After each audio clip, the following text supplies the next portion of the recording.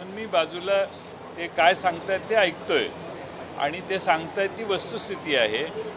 आणि दुर्दैव असं आहे की ज्याने मार खाल्ला त्याला आत ठेवलंय।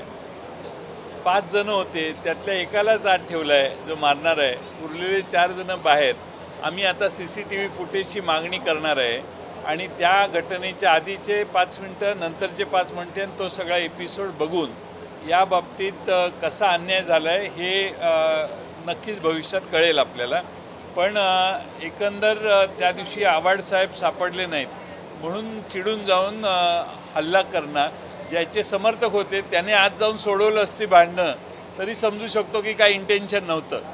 पण खुनावून हाच तो हे दाखवण्याचं काम झाल्यावर, हल्ला झाल्यावर स्वतः हे निघून जातात आणि तिथं हल्ला होतो। हे अतिशय या इमारतीमध्ये असा प्रकार कधी आजपर्यंत झाला नाही।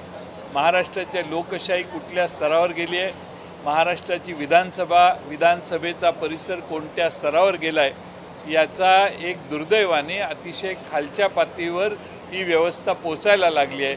हे महाराष्ट्रातल्या जनतेच्या आता लक्षात आलं। आम्हाला याच्यात राजकारण करायचं नाही, पण आम्ही या ठिकाणी हेच सांगतोय आणि वारंवार सांगितलेलं आहे की ह्या विधानसभेचा स्तर फार उंच होता। आपण आपल्या कारकिर्दीत हा स्तर इतका खाली नेण्याची गरज नाही आहे आणि विनाकारण नको ते इश्यूज तयार होत आहेत आणि त्यामुळं दुर्दैवाने महाराष्ट्राच्या विधानसभेबद्दल महाराष्ट्रातल्या जनतेचा आता प्रचंड गैरसमज होईल। आमदार म्हणजे काय याच्याविषयी देखील आता लोकांची मतं आणखीन बिघडतील असं मला वाटतं। याची मला भीती वाटते।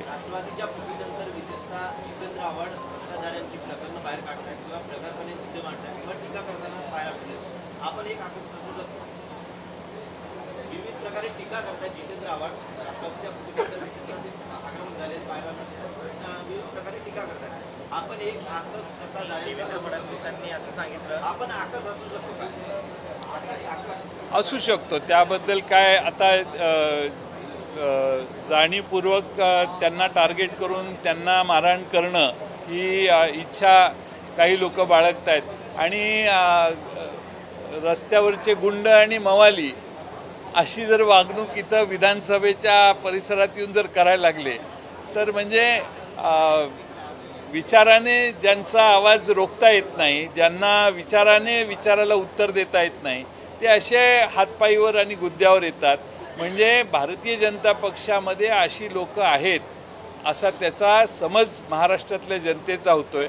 आम्ही हेच वारंवार इथल्या नेत्यांना सांगतोय की फार खालच्या स्तरावर हे प्रकरण जायला लागले। आम्ही संख्येनं कमी असू, पण संख्येनं कमी जरी असलो तरी आम्ही असल्या कुठल्या वाममार्गाचा कधी वापर करत नाही। पण आता काय करणार? देवेंद्र फडणवीस आता सभागृहामध्ये निवेदन करताना तुम्हाला एक वाक्य द्यायचं तुम्ही पॉलिटिसाइज करायचं त्या विषयाला असं आहे की जितेंद्र आव्हाड हे अध्यक्षांनी बोलल्यानंतर त्यांना संधी देण्यात आली, त्यावेळी त्यांना फोनवरून धमक्या आल्या, त्यांना शिवीगाळ अश्लील शब्दात करण्यात आली, त्याचा उल्लेख करत होते, त्यावेळी त्यांना थांबवण्यात आलं। शेवटी जितेंद्र आव्हाड या सगळ्या एपिसोड एकच आहे, तो वेगवेगळा नाही आहे, पण जाणीवपूर्वक त्यांना थांबवण्यात आल्यामुळे मी त्यांना पूर्ण बोलून द्या एवढीच मागणी केली। तर मुख्यमंत्री म्हटले की हे तुम्ही पॉलिटिसाइज करता। ह्याच्यात पॉलिटिसाइज काय होतं? हे राजकीय काहीच नाही आहे, हे मारामाऱ्या करणं आणि धमक्या देणं, त्याचा सभागृहात उल्लेख करताना पण त्या पॉलिटिसाइज करताय असं जो विक्टिम आमदार आहे त्याच्याबद्दल जर असं आपण बोलायला लागलो तर कसं होणार? पाटील साहेब, या संपूर्ण अधिवेशन काळात संपूर्ण महाराष्ट्राने हिंदी मराठी वाद पाहिला, शिवेगाळ पाहिली, मारामारी पाहिली, पण या सगळ्यातून महाराष्ट्राला काय मिळालं? मी मगाशी वर सांगितलं पत्रकार परिषदेमध्ये, हे सरकार असं आहे की गल्लीत गोंधळ आणि दिल्लीत मुजरा। महाराष्ट्राला काही मिळालं नाही। महाराष्ट्राला काहीही न मिळाल्यामुळं परवा काल भोपळ्याचं आंदोलन विरोधी पक्षाने केलेलं होतं, कारण 56,000 कोटी रुपये खिशात नसताना सरकारने पुरवणी मागण्या सादर केल्या पहिल्या दिवशी, त्या मंजूर करून घेतल्या, त्या पलीकडं काही मिळालं नाही। एक जनसुरक्षा नावाच्या खाली विधेयक आणण्यात आलं, त्यावर मतमतांतरं महाराष्ट्रात आहेत त्या बाबतीत आजच आम्ही राज्यपालांना भेटून त्यांना आमच्या सगळ्या विरोधी पक्षाच्या भावना कळवलेल्या आहेत.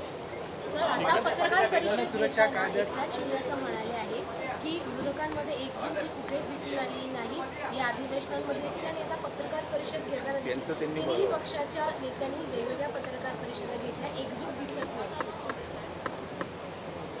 तिन्ही पक्षांची एकजूट होती. उद्धवजींना आधी जायचं होतं म्हणून ते आधी गेले. त्यानंतर मी, जितेंद्र आव्हाडजी, सतेज पाटील आणि अंबादास दानवे आणि परब हे एकत्रित बसूनच पत्रकार परिषद झाली. चला जातो. जनसुरक्षा कायद्याची काल ट्रायल झाली का? अर्थसंकल्पीय अधिवेशनामध्ये ही केस म्हणजे काल ट्रायल होती का? मागणी केली होती, तसं पत्र पण दिलं होतं. काय विरोधी पक्ष LOP विरोधी पक्ष नेता निवडतील, नेमतील, आम्ही दिलेल्या पत्राप्रमाणे अशी आमची आशा होती. पण लोकशाहीची बूज ठेवायला पुन्हा एकदा विधानसभेच्या अध्यक्षांच्याकडून कमतरता आली. या बाबतीत मी एक लेख लिहिलेला होता.